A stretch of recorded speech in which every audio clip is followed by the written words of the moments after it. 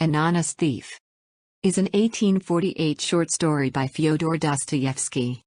The story recounts the tale of the tragic drunkard, Emelyan Ilyitch.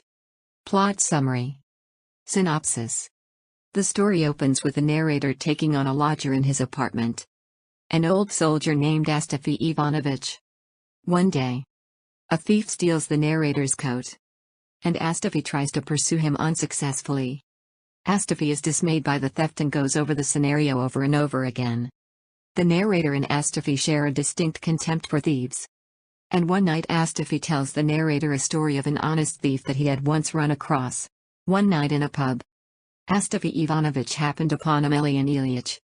The two knew each other on beforehand. But now Emelyan was obviously poor from the look of his tattered coat. He was aching for a drink but had not the money. Astafy was moved by Emelyan's acutely pathetic position, and he bought him a drink. From then on, Emelyan followed Astafy everywhere, eventually moving into his apartment. Astafy did not have much money himself, but he allowed Emelyan's imposition because he was very aware that his drinking was a terrible problem. Emelyan would not stop his drinking, however. And even though he was quiet and not disruptive when he was drunk, Astafy could see that Emelyan would never be able to support himself with such a habit. Astafy urged him to quit drinking, but to no avail. Eventually, Astafy effectively gave up on him and moved, never expecting to see Emelyan again. Very soon after Astafy had moved, Emelyan appears at his new apartment, and the two continue to go on as they had before. Astafy would support Emelyan with food and lodging, and Emelyan would always go out and come back drunk. Sometimes he would disappear for days only to return drunk and almost frozen. Astafy, now working as a tailor, was short on money. One of his projects, a pair of riding breeches for a wealthy customer, were never claimed. He thought he could sell the breeches to get money for more useful clothes and some food, but when he decided to sell the breeches, they were nowhere to be found. Emelyan was drunk as usual, and denied the theft. Astafy was terribly vexed by the theft, and kept looking for the breeches while still suspicious of Emelyan. Emelyan always denied the theft. One day, Astafy and Emelyan had a terrible fight over the breeches and Emelyan's drinking. And Emelyan left the apartment and did not return for days. Astafy even went to look for him one day with no luck. Eventually, after a couple of days, Emelyan returned, almost starved and frozen. Astafy took him back in, but it was clear that Emelyan's days were numbered. Days later, after Emelyan's health had deteriorated terribly, Emelyan wanted to tell Astafy something about the breeches. With his last words, Emelyan admitted to stealing the breeches. Let's listen to the complete story. An Honest Thief. One morning, just as I was about to set off to my office, Agrafena, my cook, washerwoman and housekeeper, came in to me and, to my surprise, entered into conversation. She had always been such a silent, simple creature that, except her daily inquiry about dinner, she had not uttered a word for the last 6 years. I, at least, had heard nothing else from her. Here I have come in to have a word with you, sir, she began abruptly. You really ought to let the little room. Which little room? Why, the one next the kitchen, to be sure. What for? What for? Why, because folks do take in lodgers, to be sure. But who would take it? Who would take it? Why, a lodger would take it, to be sure. But, my good woman, one could not put a bedstead in it, there wouldn't be room to move. Who could live in it? Who wants to live there? As long as he has a place to sleep in. Why, he would live in the window. In what window? In what window? As though you didn't know. The one in the passage, to be sure. He would sit there, sewing or doing anything else. Maybe he would sit on a chair, too. He's got a chair, and he has a table, too, he's got everything. Who is he then? Oh, a good man, a man of experience. I will cook for him. And I'll ask him 3 rubles a month for his board and lodging. After prolonged efforts I succeeded at last in learning from Agrafena that an elderly man had somehow managed to persuade her to admit him into the kitchen as a lodger and boarder. Any notion Agrafena took into her head had to be carried out, if not, I knew she would give me no peace. When anything was not to her liking, she at once began to brood, and sank into a deep dejection that would last for a fortnight or 3 weeks. During that period my dinners were spoiled, my linen was mislaid, my floors went unscrubbed, In short, I had a great deal to put up with. I had observed long ago that this inarticulate woman was incapable of conceiving a project, of originating an idea of her own. But if anything like a notion or a project was by some means put into her feeble brain, to prevent its being carried out meant, for a time, her moral assassination. And so, as I cared more for my peace of mind than for anything else, I consented forthwith. Has he a passport anyway, or something of the sort? To be sure, he has. He is a good man, a man of experience, 3 rubles he's promised to pay. The very next day the new lodger made his appearance in my modest bachelor quarters, but I was not put out by this, indeed I was inwardly pleased. I lead as a rule a very lonely hermit's existence. I have scarcely any friends, I hardly ever go anywhere. As I had spent 10 years never coming out of my shell, I had, of course, grown used to solitude. But another 10 or 15 years or more of the same solitary existence, with the same Agrafena, in the same bachelor quarters, was in truth a somewhat cheerless prospect. And therefore a new inmate, if well behaved, was a heaven-sent blessing. Agrafena had spoken truly, my lodger was certainly a man of experience. From his passport it appeared that he was an old soldier, a fact which I should have known indeed from his face. An old soldier is easily recognized. Astafy Ivanovitch was a favorable specimen of his class. We got on very well together. What was best of all, Astafy Ivanovitch would sometimes tell a story, describing some incident in his own life. In the perpetual boredom of my existence such a storyteller was a veritable treasure. One day he told me one of these stories. It made an impression on me. The following event was what led to it. I was left alone in the flat, both Astafy and Agrafena were out on business of their own. All of a sudden I heard from the inner room somebody, I fancied a stranger, come in. I went out. There actually was a stranger in the passage, a short fellow wearing no overcoat in spite of the cold autumn weather. What do you want?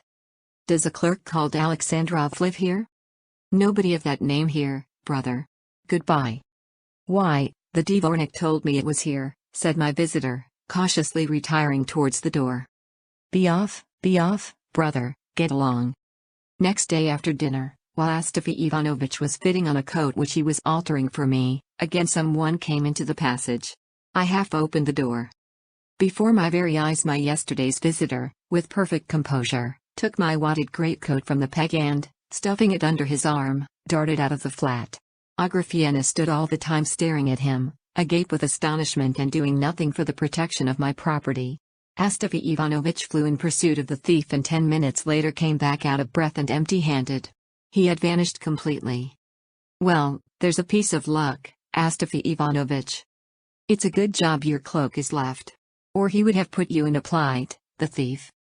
But the whole incident had so impressed Astafy Ivanovitch that I forgot the theft as I looked at him. He could not get over it. Every minute or two he would drop the work upon which he was engaged, and would describe over again how it had all happened, how he had been standing, how the greatcoat had been taken down before his very eyes, not a yard away, and how it had come to pass that he could not catch the thief. Then he would sit down to his work again, then leave it once more, and at last I saw him go down to the dvornik to tell him all about it, and to upbraid him for letting such a thing happen in his domain. Then he came back and began scolding Agrafena. Then he sat down to his work again, and long afterwards he was still muttering to himself how it had all happened, how he stood there and I was here, how before our eyes, not a yard away, the thief took the coat off the peg, and so on. In short, though Astafy Ivanovitch understood his business, he was a terrible slowcoach and busybody. He's made fools of us, Astafy Ivanovitch, I said to him in the evening, as I gave him a glass of tea. I wanted to while away the time by recalling the story of the lost greatcoat, the frequent repetition of which, together with the great earnestness of the speaker, was beginning to become very amusing. Fools, indeed, sir. Even though it is no business of mine, I am put out. It makes me angry though it is not my coat that was lost. To my thinking there is no vermin in the world worse than a thief. Another takes what you can spare, but a thief steals the work of your hands, the sweat of your brow, your time. Ugh, it's nasty. One can't speak of it. It's too vexing. How is it you don't feel the loss of your property, sir? Yes, you are right, Astafy Ivanovitch, better if the thing had been burned. It's annoying to let the thief have it, it's disagreeable. Disagreeable. I should think so. Yet, to be sure, there are thieves and thieves. And I have happened, sir, to come across an honest thief. An honest thief? But how can a thief be honest? Asked Ivanovich. There you are right indeed, sir. How can a thief be honest? There are none such. I only meant to say that he was an honest man, sure enough, and yet he stole. I was simply sorry for him. Why, how was that? Asked Ivanovich. It was about 2 years ago, sir. I had been nearly a year out of a place, and just before I lost my place I made the acquaintance of a poor lost creature. We got acquainted in a public house. He was a drunkard, a vagrant, a beggar. He had been in a situation of some sort, but from his drinking habits he had lost his work. Such a ne'er-do-weel. God only knows what he had on. Often you wouldn't be sure if he'd a shirt under his coat. Everything he could lay his hands upon he would drink away. But he was not one to quarrel. He was a quiet fellow. A soft, good-natured chap. And he'd never ask, he was ashamed, but you could see for yourself the poor fellow wanted a drink, and you would stand at him. And so we got friendly, that's to say, he stuck to me. It was all one to me. And what a man he was, to be sure. Like a little dog he would follow me, wherever I went there he would be, and all that after our first meeting, and he as thin as a thread paper. At first it was let me stay the night. Well, I let him stay. I looked at his passport, too. The man was all right. Well, the next day it was the same story, and then the third day he came again and sat all day in the window and stayed the night. Well, thinks I, he is sticking to me, give him food and drink and shelter at night, too. Here am I, a poor man, and a hanger-on to keep as well. And before he came to me, he used to go in the same way to a government clerk's. He attached himself to him, they were always drinking together, but he, through trouble of some sort, drank himself into the grave. My man was called Emelyan Ilyitch. I pondered and pondered what I was to do with him. To drive him away I was ashamed. I was sorry for him, such a pitiful, God-forsaken creature I never did set eyes on. And not a word said either. He does not ask, but just sits there and looks into your eyes like a dog.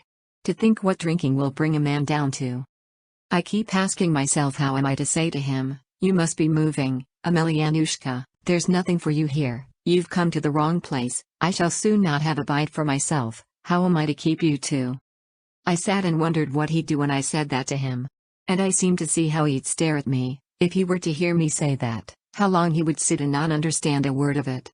And when it did get home to him at last, how he would get up from the window, would take up his bundle, I can see it now, the red check handkerchief full of holes, with God knows what wrapped up in it, which he had always with him, and then how he would set his shabby old coat to rights, so that it would look decent and keep him warm, so that no holes would be seen. He was a man of delicate feelings. And how he'd open the door and go out with tears in his eyes. Well, there's no letting a man go to ruin like that. One's sorry for him. And then again, I think, how am I off myself? Wait a bit, Emelyanushka, says I to myself, you've not long to feast with me, I shall soon be going away and then you will not find me. Well, sir, our family made a move, and Alexander Philomonovich, my master, now deceased, God rest his soul, said, I am thoroughly satisfied with you, Astafy Ivanovich. When we come back from the country we will take you on again.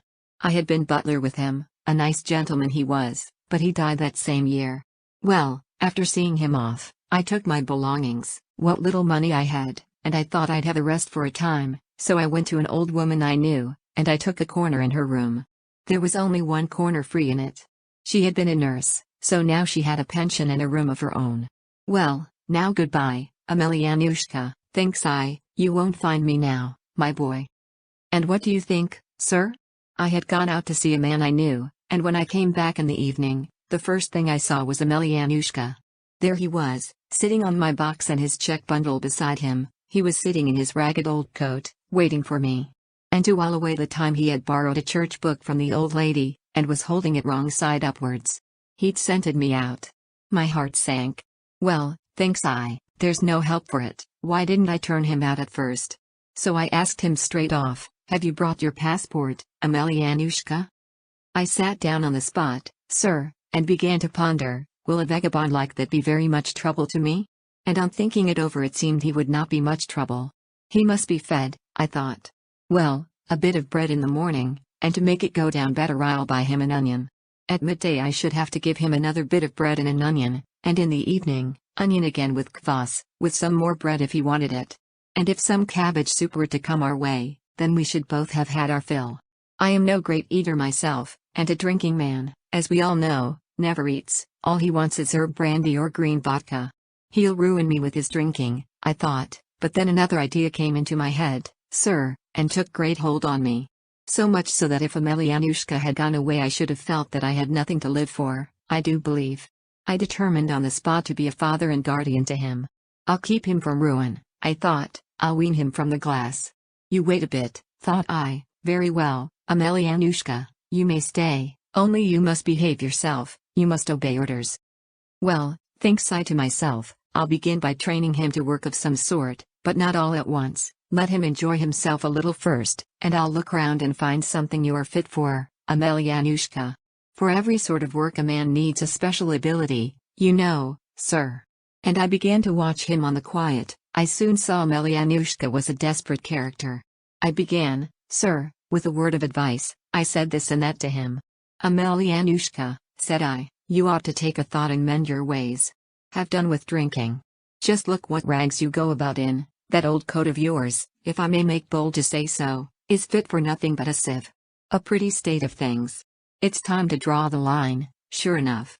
Emelyan sat and listened to me with his head hanging down. Would you believe it, sir? It had come to such a pass with him, he'd lost his tongue through drink and could not speak a word of sense. Talk to him of cucumbers and he'd answer back about beans. He would listen and listen to me and then heave such a sigh. What are you sighing for, Emelyan Ilyitch? I asked him. Oh, nothing, don't you mind me, Astafy Ivanovitch. Do you know there were 2 women fighting in the street today, Astafy Ivanovitch? One upset the other woman's basket of cranberries by accident. Well, what of that? And the second one upset the other's cranberries on purpose and trampled them underfoot, too. Well, and what of it, Emelyan Ilyitch? Why, nothing, Astafy Ivanovitch, I just mentioned it. Nothing, I just mentioned it. Emelyan, my boy, I thought, you've squandered and drunk away your brains. And do you know, a gentleman dropped a money note on the pavement in Gorohovy Street, no, it was Sadovy Street. And a peasant saw it and said, that's my luck, and at the same time another man saw it and said, no, it's my bit of luck. I saw it before you did. Well, Emelyan Ilyitch? And the fellows had a fight over it, Astafy Ivanovitch. But a policeman came up, took away the note, gave it back to the gentleman and threatened to take up both the men. Well, but what of that? What is there edifying about it, Emelyan? Why, nothing, to be sure. Folks laughed, Astafy Ivanovitch. Ak, Emelyan. What do the folks matter? You've sold your soul for a brass farthing. But do you know what I have to tell you, Emelyan Ilyitch? What, Astafy Ivanovitch? Take a job of some sort, that's what you must do.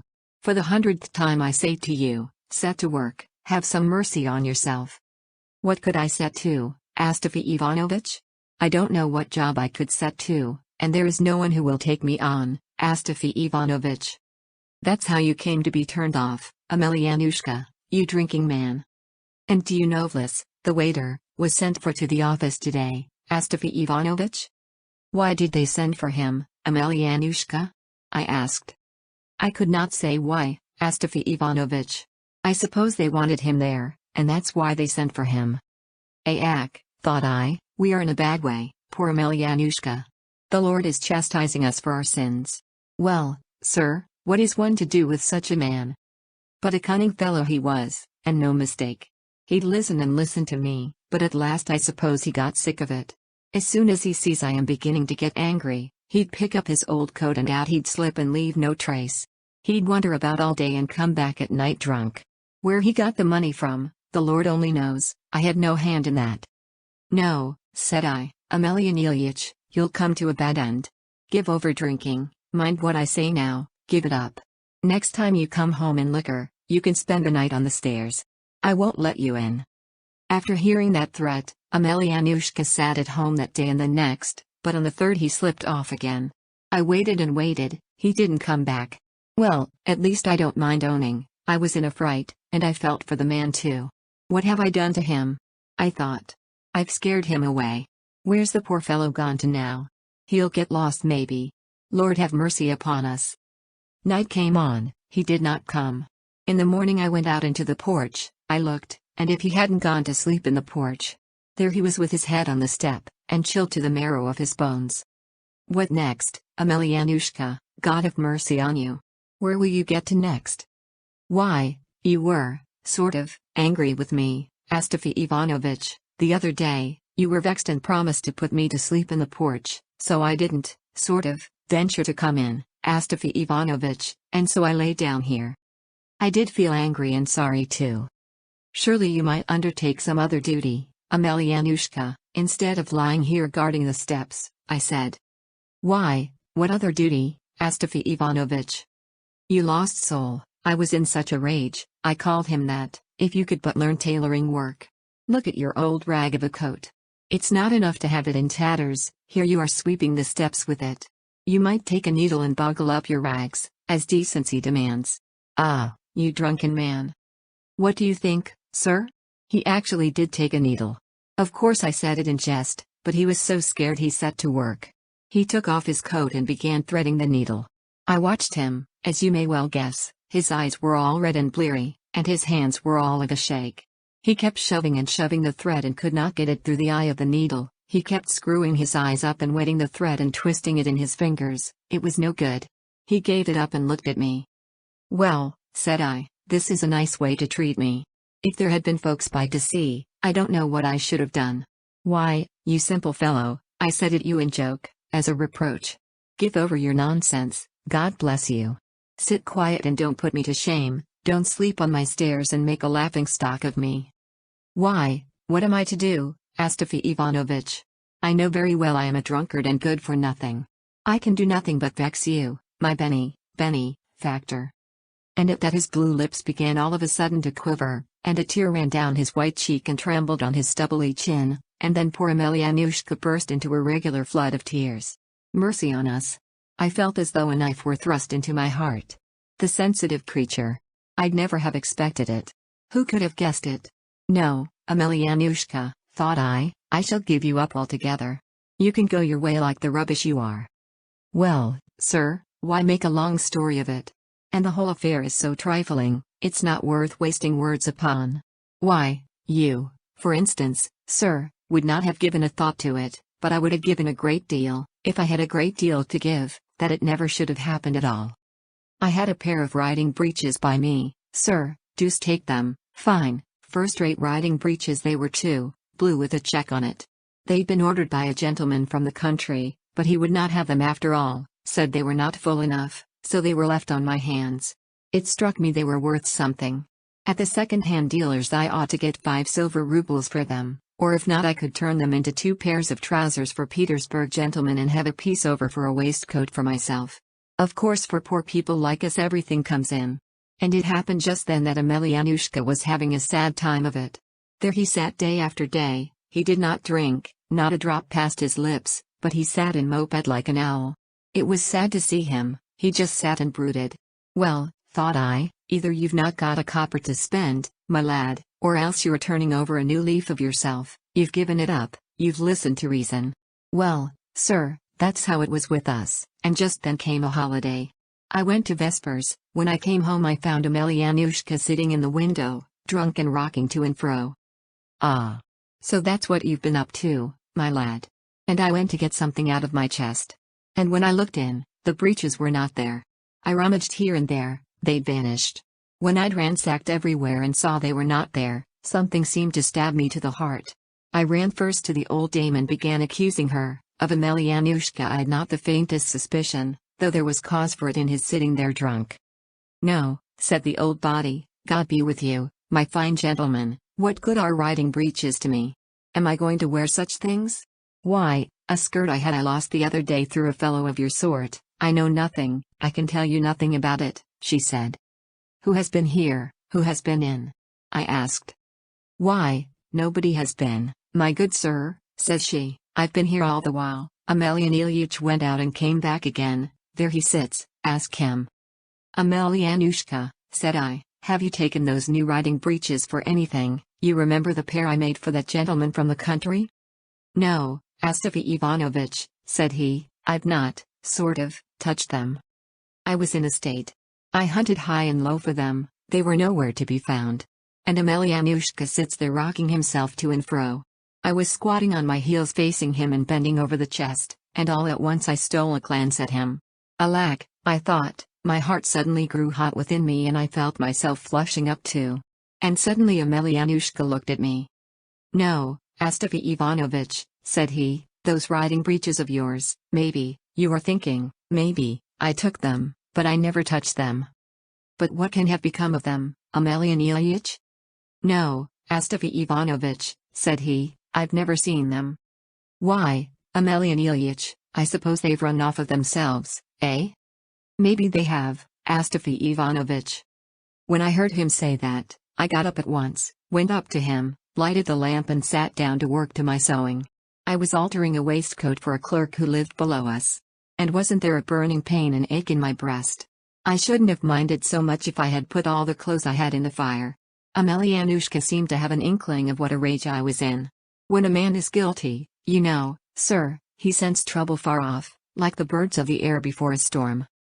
"Do you know what, Astafy Ivanovitch?" Emelyan began, and his poor old voice was shaking as he said the words, "And Tip Prahorich, the apothecary, married the coachman's wife this morning, who died the other day." I did give him a look, sir, a nasty look it was. Emelyan understood it too. I saw him get up, go to the bed, and begin to rummage there for something. I waited, he was busy there a long time and kept muttering all the while, "No, not there, where can the blessed things have got to?" I waited to see what he'd do. I saw him creep under the bed on all fours. I couldn't bear it any longer. "What are you crawling about under the bed for, Emelyan Ilyitch?" said I. "Looking for the breeches, Astafy Ivanovitch. Maybe they've dropped down there somewhere." "Why should you try to help a poor simple man like me?" said I, "crawling on your knees for nothing, sir?" I called him that in my vexation. "Oh, never mind, Astafy Ivanovitch, I'll just look. They'll turn up, maybe, somewhere." Said I, "Look here, Emelyan Ilyitch." "What is it, Astafy Ivanovitch?" said he. "Haven't you simply stolen them from me like a thief and a robber, in return for the bread and salt you've eaten here?" said I. I felt so angry, sir, at seeing him fooling about on his knees before me. "No, Astafy Ivanovitch." And he stayed lying as he was on his face under the bed. A long time he lay there and then at last crept out. I looked at him and the man was as white as a sheet. He stood up, and sat down near me in the window and sat so for some 10 minutes. "No, Astafy Ivanovitch," he said, and all at once he stood up and came towards me, and I can see him now, he looked dreadful. "No, Astafy Ivanovitch," said he, "I never, touched your breeches." He was all of a shake, poking himself in the chest with a trembling finger, and his poor old voice shook so that I was frightened, sir, and sat as though I was rooted to the window seat. "Well, Emelyan Ilyitch," said I, "as you will, forgive me if I, in my foolishness, have accused you unjustly. As for the breeches, let them go hang, we can live without them. We've still our hands, thank God, we need not go thieving or begging from some other poor man, we'll earn our bread." Emelyan heard me out and went on standing there before me. I looked up, and he had sat down. And there he sat all the evening without stirring. At last I lay down to sleep. Emelyan went on sitting in the same place. When I looked out in the morning, he was lying curled up in his old coat on the bare floor. He felt too crushed even to come to bed. Well, sir, I felt no more liking for the fellow from that day. In fact, for the first few days I hated him. I felt, as one may say, as though my own son had robbed me, and done me a deadly hurt. "Ak," thought I, Emelyan. And Emelyan, sir, went on drinking for a whole fortnight without stopping. He was drunk all the time, and regularly besotted. He went out in the morning and came back late at night, and for a whole fortnight I didn't get a word out of him. It was as though grief was gnawing at his heart, or as though he wanted to do for himself completely. At last he stopped. He must have come to the end of all he'd got, and then he sat in the window again. I remember he sat there without speaking for 3 days and 3 nights. All of a sudden I saw that he was crying. He was just sitting there, sir, and crying like anything, a perfect stream, as though he didn't know how his tears were flowing. And it's a sad thing, sir, to see a grown-up man and an old man, too, crying from woe and grief. "What's the matter, Emelyan?" said I. He began to tremble so that he shook all over. I spoke to him for the first time since that evening. Nothing, Astafy Ivanovich. God be with you, Emelyanushka, what's lost is lost. Why are you moping about like this? I felt sorry for him. Oh, nothing, Astafy Ivanovich, it's no matter. I want to find some work to do, Astafy Ivanovich.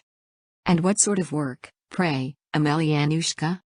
Why, any sort. Perhaps I could find a situation such as I used to have. I've been all ready to ask Fyodor Dostoyevsky. I don't like to be a burden on you, Astafy Ivanovich. If I can find a situation, Astafy Ivanovich, then I'll pay it you all back, and make you a return for all your hospitality. Enough, Emelyanushka, enough, let bygones be bygones, and no more to be said about it. Let us go on as we used to do before. No, Astafy Ivanovich, you, maybe, think, but I never touched your riding breeches. Well, have it your own way, God be with you, Emelyanushka.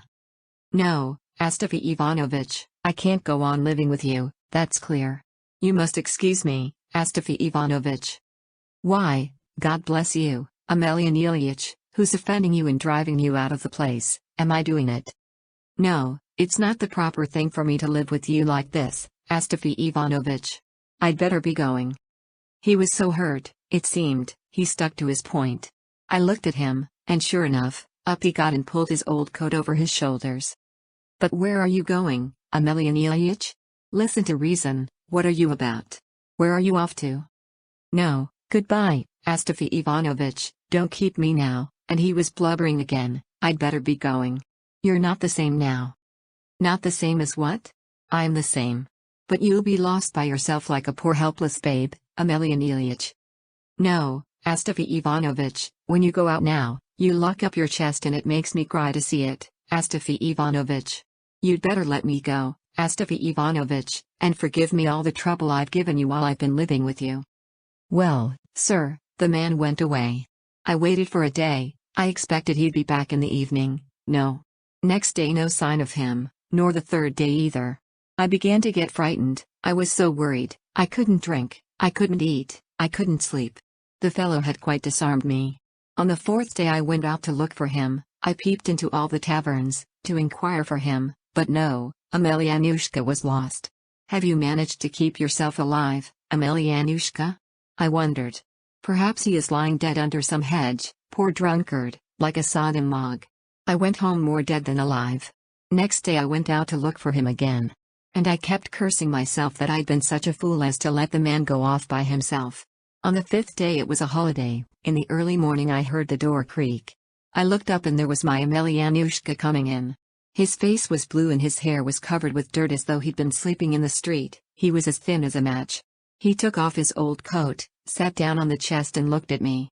I was delighted to see him, but I felt more upset about him than ever.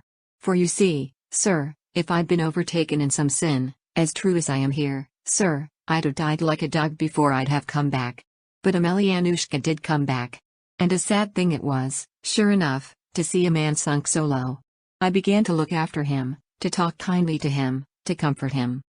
Well, Emelyanushka, said I am glad you've come back.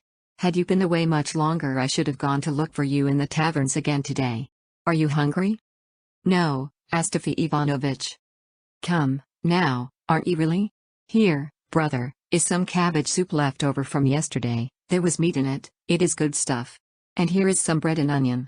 Come, eat it, it'll do you no harm. I made him eat it, and I saw at once that the man had not tasted food for maybe 3 days, he was as hungry as a wolf. So it was hunger that had driven him to me. My heart was melted looking at the poor dear. Let me run to the tavern, thought I, I'll get something to ease his heart, and then we'll make an end of it. I've no more anger in my heart against you, Emelyanushka. I brought him some vodka. Here, Emelyan Ilyitch, let us have a drink for the holiday. Like a drink? And it will do you good. He held out his hand, held it out greedily, he was just taking it, and then he stopped himself. But a minute after I saw him take it, and lift it to his mouth, spilling it on his sleeve. But though he got it to his lips he set it down on the table again. What is it, Emelyanushka? Nothing, Astafy Ivanovich, sort of. Won't you drink it? Well, Astafy Ivanovich, I'm not, sort of, going to drink any more, Astafy Ivanovich. Do you mean you've given it up altogether, Emelyanushka, or are you only not going to drink today? He did not answer. A minute later I saw him rest his head on his hand. What's the matter, Emelyanushka, are you ill? Why, yes, Astafy Ivanovich, I don't feel well. I took him and laid him down on the bed. I saw that he really was ill, his head was burning hot and he was shivering with fever. I sat by him all day, towards night he was worse. I mixed him some oil and onion and kvass and bread broken up. Come, eat some of this, said I, and perhaps you'll be better.